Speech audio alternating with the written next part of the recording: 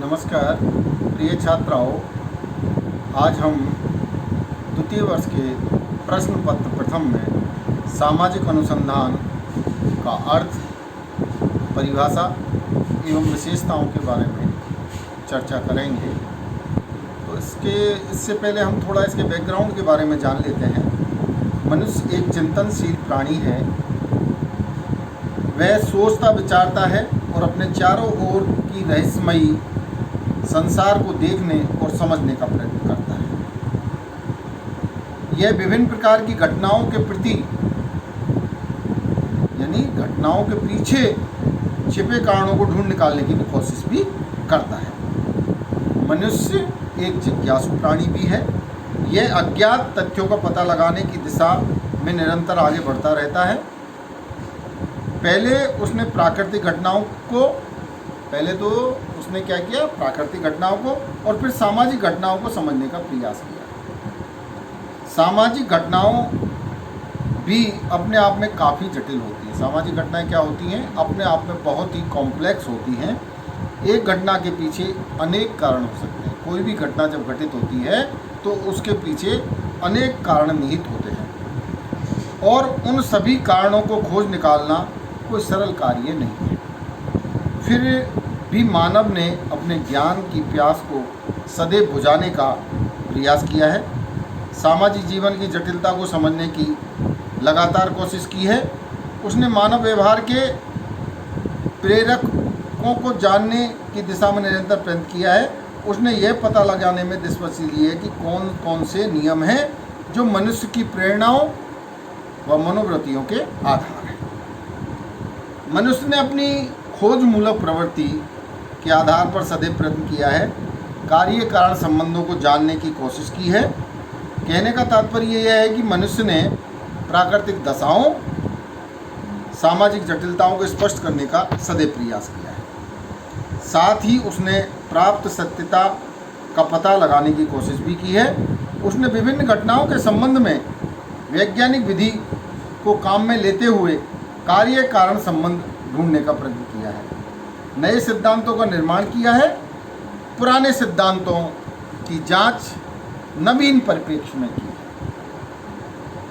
यही सामाजिक शोध है, यानी अनुसंधान बोलते हैं इसे। जब सामाजिक क्षेत्र में प्रश्नों के उत्तर खोजने का क्रमबद्ध एवं व्यवस्थित प्रयास किया जाता है तो उसे ही हम सामाजिक शोध या अनुसंधान, अन्वेषण, गवेषणा या खोज का नाम दिया जाता है। सबसे पहले हमें अनुसंधान का अर्थ समझना है, उसके बाद में हम सामाजिक अनुसंधान के बारे में परिचर्चा करेंगे। अनुसंधान का तात्पर्य बार बार खोजने से है। इसमें दो भौतिक तत्वों की प्रधानता पाई जाती है। प्रथम, अवलोकन द्वारा घटनाओं को उद्देश्यपूर्ण ढंग से देखना अथवा उपलब्ध तथ्यों के आधार पर घटनाओं को समझना। दूसरा है उन तथ्यों के अर्थ जानकर घटना के पीछे छिपे कारणों को समझना। अब हम सामाजिक अनुसंधान के बारे में आपको बताएंगे। जब कोई भी अनुसंधान सामाजिक जीवन, सामाजिक घटनाओं एवं सामाजिक जटिलताओं से संबंधित होता है तो उसे हम सामाजिक अनुसंधान कहते हैं। यानी सामाजिक अनुसंधान कब कहते हैं, जब सामाजिक जीवन से जुड़ी हुई घटनाएं होती हैं, सामाजिक जटिलताओं से संबंधित होता है तो उसे हम सामाजिक अनुसंधान की श्रेणी में रखते हैं। इसमें इन सबके संबंध में यथार्थ ज्ञान प्राप्त किया जाता है। इस हेतु अनुभव सिद्ध तथ्यों का पता लगाया जाता है। निरीक्षण है, परीक्षण है, वर्गीकरण है और सत्यापन के आधार पर सामाजिक घटनाओं के कारणों को ढूंढ निकाला जाता है। साथ ही मानव व्यवहार से संबंधित सामान्य नियमों का पता लगाया जाता है। सामाजिक अनुसंधान में वैज्ञानिक विधि को काम में लेते हुए अवलोकन तथा सत्यापन का विशेष सहारा लिया जाता है। यानी अवलोकन का और सत्यापन का विशेष सहारा लिया जाता है। सामाजिक अनुसंधान में सर्वप्रथम किसी व्यवहार, समस्या या घटना से संबंधित मूलभूत तथ्यों का अवलोकन किया जाता है। यानी सामाजिक अनुसंधान में सर्वप्रथम क्या किया जाता है, किसी व्यवहार, समस्या या घटना से संबंधित मूलभूत तथ्यों का अवलोकन किया जाता है ताकि उसकी सामान्य प्रकृति को भलीभांति समझा जा सके। तत्पश्चात उन सामाजिक नियमों का पता लगाया जाता है जो एक विशेष घटना, व्यवहार या समस्या के पीछे छिपे कारणों को प्रकट कर सके।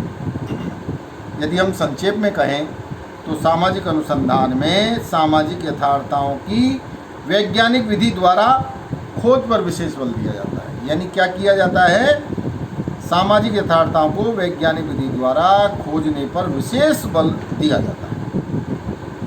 प्रोफेसर पीवी यंग सामाजिक अनुसंधान को एक ऐसे प्रयोग के रूप में परिभाषित किया जा सकता है, कहते हैं, जिसका उद्देश्य तार्किक एवं क्रमबद्ध पद्धतियों के द्वारा नवीन तथ्यों को खोज अथवा पुराने तथ्यों की परीक्षा और सत्यापन, उनके क्रमों, पारस्परिक संबंधों, कार्य कारण की व्याख्या एवं उन्हें संचालित करने वाले स्वाभाविक नियमों का विश्लेषण करता है।